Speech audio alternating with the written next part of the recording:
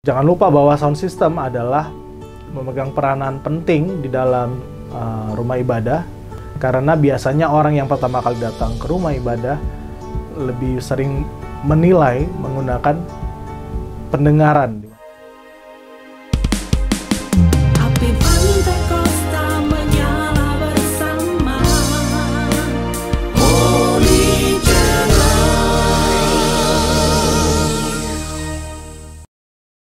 Halo Holy Lovers, ketemu kembali bersama saya di sini di Kowakari. Bagaimana kabarnya semua? Mudah-mudahan sehat. Dan di kesempatan hari ini saya ingin sedikit sharing mengenai satu alat yang cukup berperan di dalam ibadah kita, yaitu mixer. Mixer pada hari-hari ini mengalami kemajuan dan banyak yang menggunakan juga sistem digital dan analog. Tapi kali ini saya akan menjelaskan dengan mixer analog yang masih kebanyakan dari kita teman-teman belum sedikit mengerti dan paham mengenai cara mengoperasikan yang baik dan benar. Langsung saja, di sini kebetulan saya pakai Yamaha MGP 24X serinya. Dan ini bukan endorse ya teman-teman, dan kebetulan karena ini mixer yang standby, jadi ya udah kita operasikan dengan mixer ini. Saya mau menjelaskan dulu apa itu mixer. Mixer ini adalah jantung atau bisa juga dibilang otak dari sebuah sound system yang ada di dalam gereja kita. Jadi dia yang menentukan keras kecilnya suara dan baik atau jeleknya suara tergantung cukup banyaknya dari alat mixer ini. Dan saya akan menjelaskan pertama struktur dari mixer itu sendiri ya. Jadi seperti teman-teman lihat di sini ada mikrofon. Nah, dari mikrofon yang kita gunakan ini saya menggunakan dynamic microphone. Nanti saya akan jelaskan mungkin di berikutnya saya akan jelaskan mengenai fungsi dari mic, tapi di sini saya menggunakan dynamic microphone. Colok ke belakang mixer, ke mic input. Jadi di belakang mixer itu ada line input dan mic input. Jadi ya mic input kita colok ke mic input karena antara mic input dan line input memiliki tegangan volt yang berbeda. Kalau line input itu lebih, kalau nggak salah 1 volt lebih kencang. Dan mic ini memiliki tegangan yang lebih rendah di bawah line input karena suara yang kuat, keras atau enggaknya itu bergantung dari jarak mikrofon. Jadi ini lebih lemah gainnya. Nah, oke. Sekarang setelah mikrofon kita colok ke mixer, apa yang akan kita lakukan pertama? Oke, tadi kita colok ke channel 16. Nah, di sini kita bisa lihat di dalam mixer dari atas ya, dari atas ke bawah, tombol yang paling pertama kita temui adalah ini gain ya, knob gain. Saya akan jelaskan nanti apa itu knob gain. Dan di sini ada, kalau di sini ada tulisan 26 dB dan di sini ada plus 48 volt. Oke, kalau 26 dB ini biasanya disebut dengan pad ya, pad. Jadi jika kita tekan ini 26 dB-nya, maka sinyal yang masuk ke dalam mixer akan terpotong sebanyak 26 dB, akan dikompres. Jadi akan lebih lemah 26 dB. Yang pertama, ini jangan ditekan dulu karena kita belum tahu tingkat dari gain mikrofon ini. Maka yang pertama harus kita perhatikan adalah karena ini bukan mic kondensor, ini adalah mic dynamic. Jadi yang 48 volt tidak perlu dihidupkan. Ini nggak perlu dihidupin. 48 volt ini akan kita tekan jika kita menggunakan mikrofon jenis kondensor. Karena dia membutuhkan, kalau mikrofon kondensor membutuhkan tenaga atau listrik tambahan. Jadi kita aktifkan 48 voltnya. Oke, setelah mikrofonnya kita colok ke mixer, maka hal yang pertama harus kita setting adalah gain. Gain ini ya, tombol gain yang di atas ini. Jadi gain ini menentukan seberapa banyak sinyal yang akan diterima oleh channel ini. Nah, cara setting gain yang paling benar itu adalah kita ke sini ke bawah. Di samping fader ini ada tombol PFL atau pre-fader listen. Jadi kita tekan. Nah, pre-fader listen ini walaupun mixernya mungkin speaker teman-teman dalam posisi nggak hidup, teman-teman tetap bisa melakukan sound check untuk gain. Ya, contohnya setelah kita tekan PFL, nah kita harus perhatikan tombol gain dan lampu yang ada di master sini. Master PFL. Ya, kita coba ya, kita putar gainnya. Cek 1, cek. Ya, perhatikan lampunya semakin naik. Cek. Cek 1, cek 1. Cek low. Cek. Nah, teman-teman lihat di sini ada lampu hijau. Ya, lampunya naik hijau. Kalau saya ngomong sedikit keras, cek low. Ya, dia nyampe ke orange. Ya, cek 1, cek 1, 2, 3.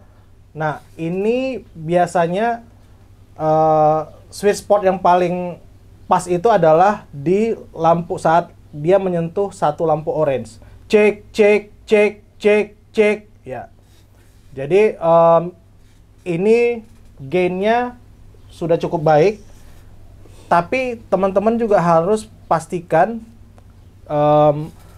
siapa yang akan ngomong di mikrofon ini. Jika dia mungkin pengkhotbah atau penyanyi yang mungkin suka sedikit teriak, ya kita harus perhatikan. Kita harus sesuaikan gain ini dengan suaranya dia. Jadi ada yang mungkin dia ngomongnya mic-nya terlalu dekat ke mic, ke mulut gitu ya. Terus dia ngomongnya agak keras misalnya. Jadi cek. Nah, ini lampu orange-nya udah sangat hampir mendekati merah, itu kemungkinan bisa peak atau pecah. Jadi kalau misalnya yang megang mikrofonnya orangnya suaranya keras, misalnya cek, ya kita turunin gainnya sampai dia hanya menyentuh satu lampu orange saja, atau paling maksimal di sini di +3 ya, atau lampu kedua dari orange-nya. Nah, sampai sini udah benar. Berarti gain yang paling pas itu ya ini di sini. Bagi suara saya ya. Oke, setelah kita tahu gain yang pas, baru kita on kan ini lampunya. Oke, ini masternya saya on kan. Cek. Baru kita naikkan fadernya pelan-pelan. Cek, low, cek 1. Cek. Ya, ini ya. Udah masuk. Cek. Di sini ada tombol stereo, ada tombol group ya. Di sini kalau di sini di Yamaha ada tombol group 1 2. Jadi kalau saya tekan ini, sinyal ini akan dikirim ke grup 1 2 di sini. Ya, jadi teman-teman harus hidupin grup 1 2-nya. Nah, gini. Ini baru hidup. Nah, jika teman-teman nggak tekan, saya hidupin grup 1 2-nya. Nah, grup 1 2 ini tidak akan berpengaruh dengan tombol ini. Nah, begitu juga ini ada tombol ya grup 3 dan 4, dan ini adalah tombol stereo. Nah, tombol stereo berarti dari fader sini dia akan langsung ke stereo master, ke fader yang ini. Jadi kalau teman-teman matikan tombolnya ini, cek, nggak ada suara ya. Cek. Dan ini berarti langsung. Nah, tapi kalau teman-teman tekan misalnya ini mati lagi karena tombol stereonya saya matiin. Sekarang saya tekan tombol 34. Ini grup 34. Nah, sekarang ini grup 34 saya hidupin. Saya naikin. Di sini grup 34 ada tombol stereo juga, berarti dari sini dikirim ke grup 34. Nah, grup 34 kita tekan tombol stereonya dan dia akan kirim ke sini. Cek. Nah, ini. Maka hidup. Nah, mungkin teman-teman akan nanya, apa sih fungsi grup? Grup ini cukup banyak keuntungannya. Keuntungannya adalah jika teman-teman ingin membalance antara musik dan penyanyi.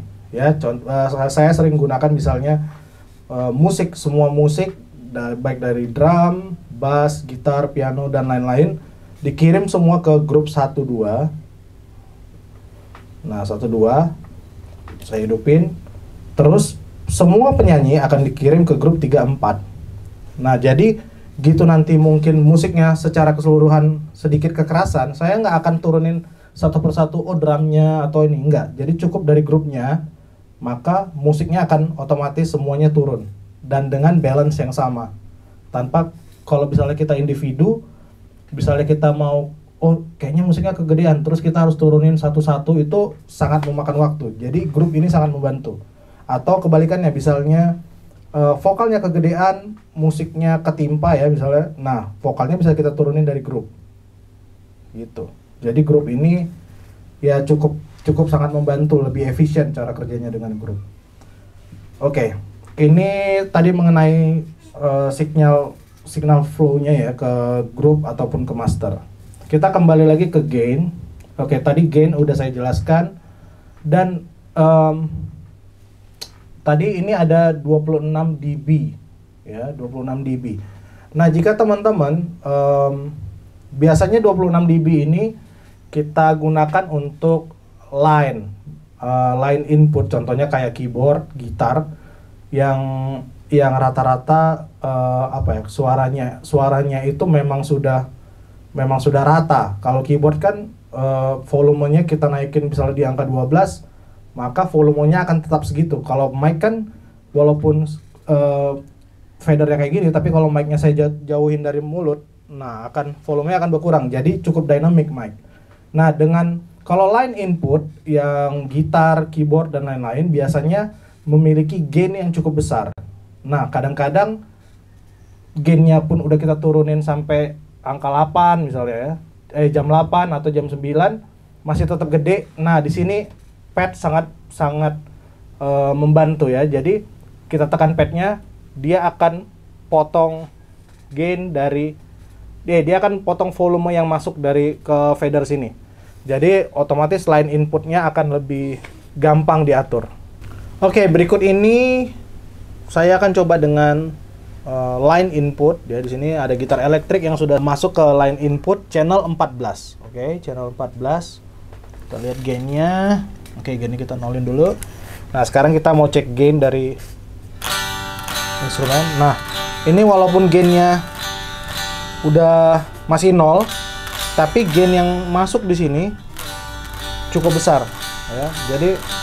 Jadi memang line input ini tegangan listriknya karena dia 1 volt lebih gede daripada mikrofon, jadi dia cukup kenceng.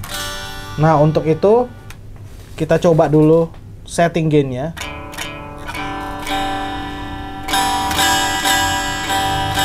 Nah, teman-teman lihat ya, ini jam 10 tapi dia udah nyampe plus 3, dalam orange-nya udah kedip-kedip. Nah, biasanya untuk ngatasin gain yang terlalu berlebihan, oke, ini tadi channel 14, kita tekan padnya 26 dB nih, yang ada tulisan 26 dB. Nah, dia akan terpotong 26 dB. Ya, contohnya ini ya. Nah, lihat, setelah saya tekan 26 dB-nya, dia akan kembali kecil nih. Oke, kita naikkan lagi 14.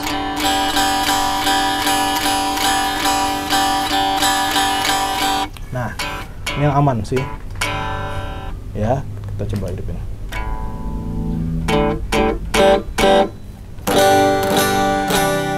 Nah, jadi walaupun nanti pemain gitarnya mungkin ritmenya kadang-kadang kan pemain gitarnya penuh dynamic juga. Kalau dia ritm kuat pun gainnya akan tetap aman, nggak akan pecah di FOH. Kalau masih kurang tambahin. Nah, coba kalau saya matiin padnya, dia akan pecah. Nah, pecah karena dia udah terlalu banyak. Bisa juga kalau misalnya saya nggak mau gede terlalu banyak di gain, jadi gainnya cukup kecil. Hanya saja kalau teman-teman perhatikan ini, walaupun dia jam 10 tapi gain yang masuk udah cukup banyak. Nah, jadi untuk lebih aman, saya biasanya untuk instrumen saya akan tekan padnya supaya gainnya bisa lebih diatur lebih gampang lah, nggak terlalu gampang peak ya atau pecah. Oke, itu tadi penjelasan mengenai gain, dan mudah-mudahan teman-teman bisa mengerti bagaimana cara setting gain yang benar. Nah, setelah teman-teman sudah ketemu dengan settingan gain yang pas, jangan diubah-ubah lagi. Jadi tombol gain ini sangat berbeda dengan volume ya. Kalau volume itu kita bisa naik turunkan, tapi kalau gain enggak. Kalau gain gitu kita udah ketemu settingannya, udah tinggalkan di situ. Untuk masalah besar atau kecilnya tinggal atur di fader volumenya ya. Jadi contohnya ini misalnya ini channel penyanyi, mungkin penyanyinya kegedean, cukup turunin di sini. Atau kurang kenceng, naikin aja di sini. Nah gitu. Cek ya. Dan usahakan pas di 0 ya, di 0 dB ya. Di sini. Unity. Kalaupun mungkin kurang kencang ya nggak apa-apa dinaikin. Yang paling penting adalah channel ini tidak menyentuh lampu merah. Kalau teman-teman lihat di samping fader, ini ada tulisan peak ya. Nah kalau dia sampai yang merah ini hidup, maka channel ini berpotensi noise dan pecah suaranya. Cek ini enggak, saya fullin pun ini nggak akan peak karena settingan gain saya udah pas, udah bener gitu. Jadi kalau misalnya kita gainnya salah, ini kita kecilin pun, tapi kita setting gainnya cek, nah lihat cek, nah peak pecah, walaupun fadernya di bawah 0 ya. Jadi settingan gain yang paling bener itu cek, ada di sini, ada di lampunya ya. Jadi teman-teman harus perhatikan meter yang dibuat di mixer ini, cek. Nah karena ini memang udah dirancang untuk mengukur mengukur banyaknya kuatnya suara yang masuk ke mixer kita. Cek. Oke, di bawah gain di sini ada kompresor. Oke, kompresor mungkin nggak semua mixer ada kompresornya. Jadi kompresor ini sedikit aja penjelasan singkat. Kompresor ini adalah proses dari mengkompres suara. Jadi suara kita ini kan penuh dinamika. Kadang-kadang ada pelan, ada kencang ya. Nah kadang-kadang bisa sangat kencang. Jadi misalnya teman-teman ketemu misalnya pembicara yang suaranya agak keras ya, bahkan terlalu keras. Nah teman-teman bisa dua pilihan, antara turunin fader atau menggunakan kompresor. Nah saat kompresornya diaktifin, kompresor ini akan bekerja untuk menahan kuat suara yang masuk ke sini. Jadi walaupun dia ngomongnya kencang gitu ya, akan dikompres sama kompresor dan tidak akan peak. Cek misalnya gitu. Cek akan ditahan oleh kompresor. Gitu. Berikutnya di bawahnya adalah equalizer. Di sini ada high, middle, low, mid dan low ya. Ya, equalizer pada umumnya mungkin teman-teman udah tahu ya. Equalizer ini adalah alat untuk membantu memoles suara ya. Teman-teman bisa cari sih referensi untuk belajar equalizer yang benar. Equalizer ini biasanya kalau mikrofon teman-teman udah bagus ya atau baik, biasanya setting di flat ya, flat atau jam 12 semua aja udah enak gitu. Tapi kalaupun kurang terang, tinggal ditambah high-nya atau kurang sedikit mid-nya, mungkin kurang intonasi vokalnya kurang kedengaran, bisa ditambah di mid ya. Atau vokalnya sedikit terlalu memekakkan telinga. Nah, itu kalau bahasanya. Jadi mid-nya mungkin dikurangin. Nah, kalau low biasanya kalau untuk vokal cewek biasanya yang nggak punya frekuensi rendah kayak cowok, mungkin low-nya bisa ditambahin. Tapi kalau untuk cowok yang low-nya berlebihan mungkin bisa dikurangin supaya tidak mengganggu frekuensi suara lain. Apalagi mungkin di atas panggung itu mungkin ada 4 penyanyi dan mungkin didominasi dengan pria. Jadi vokal pria harus banyak dipotong di low-nya. Oke, next di sini kita lihat ada aux.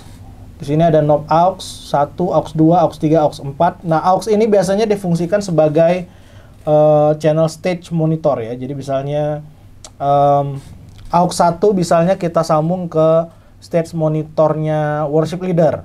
Jadi kalau misalnya kayak Kayak sekarang ini kan saya channel 16. Nah, misalnya suara saya ingin dikeluarkan di monitor worship leader. Biasanya saya naikkan aux 1-nya.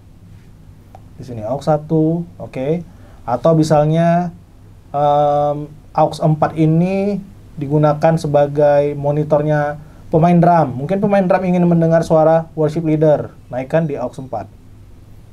Gitu. Jadi aux ini berfungsi untuk channel dari stage monitor. Dan berikutnya, oke, di sini di tombol aux ada tombol pre. Di sini ada tulisan pre, ya. Nah, pre ini ada singkatan dari pre-fader. Nah, ada lawannya post-fader. Nah, kalau pre, kalau misalnya teman-teman tekan pre, ya, misalnya saya tekan pre, maka aux 1, aux 2 ini, walaupun volumenya ini saya naikin, saya naik turunin, tidak akan mempengaruhi suara yang masuk ke aux 1, aux 2. Kalau misalnya teman-teman nggak tekan, kalau ini saya turunin, walaupun aux 1, aux 2-nya tetap saya gas gini, saya fullin ya misalnya, nggak akan kedengaran apa-apa, karena dia bergantung sama fader yang ini. Tapi kalau di pre atau pre-fader, ya walaupun teman-teman turunin ini, di aux-nya ini nggak akan pengaruh. Oke, itu dia. Nah, next-nya adalah FX1, FX2. Ya, ini adalah knob untuk settingan efek. Ya, biasanya reverb, delay, ya, echo. Jadi kalau teman-teman mau channelnya pakai efek misalnya. Coba ya, saya coba dulu. Ini FX1. Oke, ini ada channel efek, saya hidupin FX1-nya. Cek. Nah, ini reverb. Cek. Oke. Misalnya kegedean, turunin cek. Ya, FX2 misalnya. Cek. Ya, itu delay ya. Cek. Oke. Ini berfungsi untuk efek. Dan di bawah ini adalah pan, singkatan dari panning.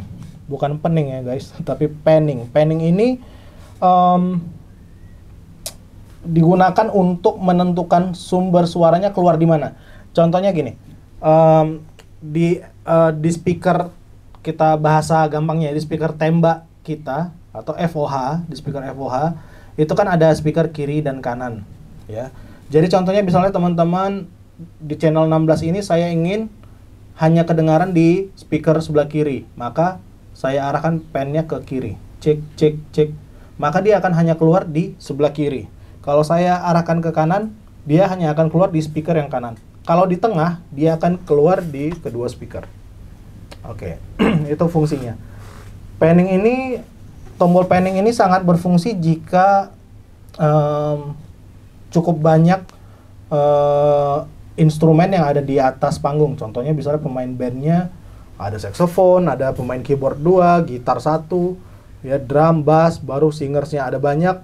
Nah, kalau kita taruh di tengah semua, maka semuanya akan menempati tempat di tengah gitu, dan akan saling menimpa. Untuk itu, pan ini fungsinya alangkah baiknya jika kita bisa bijak. Contohnya saya mau suara gitar hanya di speaker yang kiri supaya nggak nimpa yang lain. Nah gitu. Jadi tinggal atur aja. Atau yang keyboard fillernya di speaker yang kanan, ya udah setting di pennya. Gitu. Kalau untuk vokal biasanya jarang di pen ya. Apalagi worship leader harus tetap di tengah.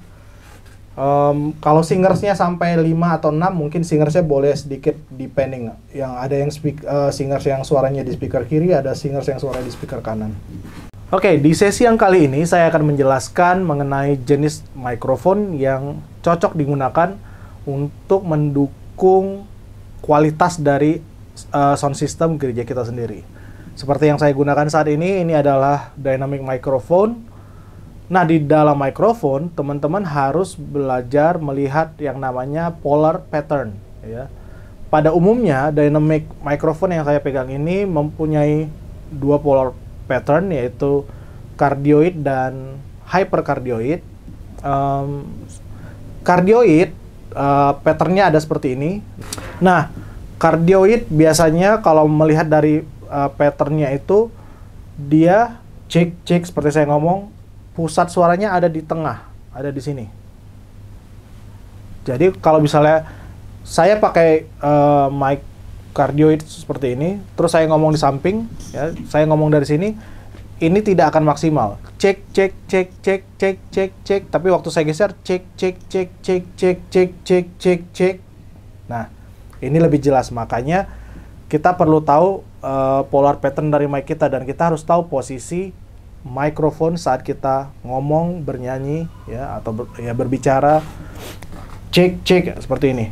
Cek. Nah, kenapa dynamic microphone, ya, dengan polar pattern cardioid ini sangat disarankan? Karena di dalam gereja tim praise and worship itu kan banyak sumber suara, ya. Contohnya kita ada mungkin 4 singer, 1 worship leader, dan pemusiknya mungkin ada keyboard, bass, drum, saxophone, ya.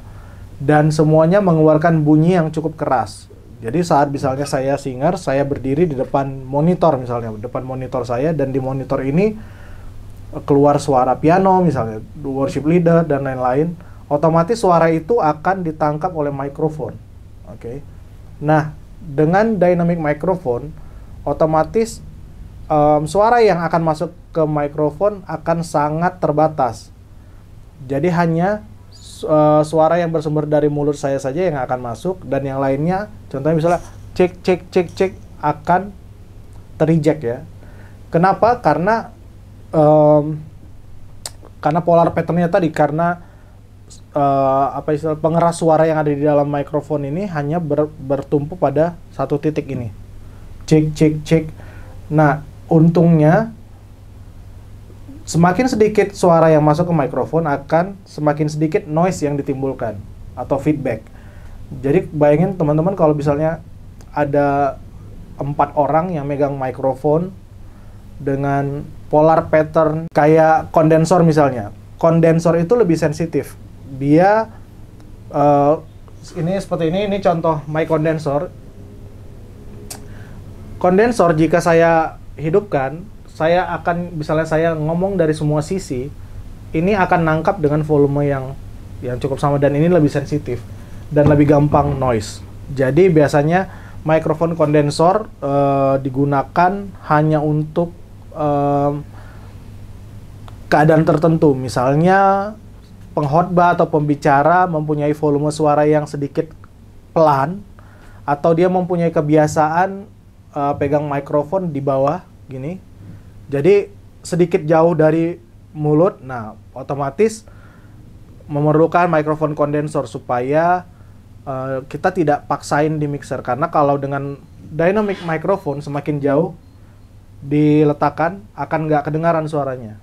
Nah, kalau kita gunakan dynamic microphone dengan orang yang bersuara lembut, akan sangat kesulitan bagi soundman untuk menaikkan suara, karena dia akan paksain dari mixer untuk semakin besarin, dan akhirnya spool dari mikrofon ini akan menangkap dari semua suara yang lain, akhirnya feedback. Jadi ini disarankan untuk teman-teman penyanyi terutama dan pembicara harus tahu mikrofon apa yang digunakan. Dan jika teman-teman tahu, oh ini saya pakai dynamic microphone, berarti kita harus posisi ngomongnya seperti ini. Cek langsung di depan mulut, dan suaranya akan jelas. Jadi jangan salahkan soundman jika suara kalian tidak kedengaran menggunakan dynamic microphone dan posisi mic-nya di bawah seperti ini. Ya, itu kesalahan adalah pada sumber suaranya atau penyanyinya sendiri atau pembicaranya sendiri. Oke, baik teman-teman, sekian sharing dari saya mengenai mixer dan mikrofon. Mudah-mudahan apa yang saya bagikan boleh bermanfaat bagi teman-teman semua, dan sangat diharapkan untuk kritik dan sarannya di kolom komentar. Dan jangan lupa juga untuk subscribe, like, dan tentu saja ditonton ya videonya teman-teman, agar teman-teman bisa membantu kemajuan dari channel ini untuk bisa lebih baik dan berkembang lagi.